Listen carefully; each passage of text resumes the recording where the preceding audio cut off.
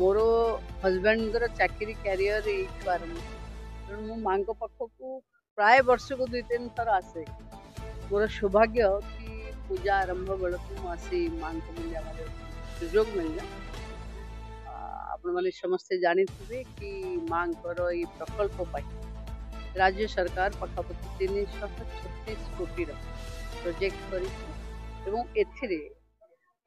नुआ करी आड हम ब्रेस्ट फीडिंग सेंटर जो छुआ मान माँ मैंने साथी आनिक आसुच्च खुशी स्तनपान कर फैसिलिटीज आम पूरी श्री जगन्नाथ मंदिर आरंभ कर देखो माँ समस्त को आशीर्वाद करूँ। माँ घंट घोड़े रखु। माँ संकट हारिणी जे तारिणी ना स्मरण करे तार संकट दूर हुए। ओडिशार समस्त युवक कृषक समस्त माँ सेमती संकट हरण कर समस्त को भलरे रखि ये आज माँ पाखे प्रार्थना कर।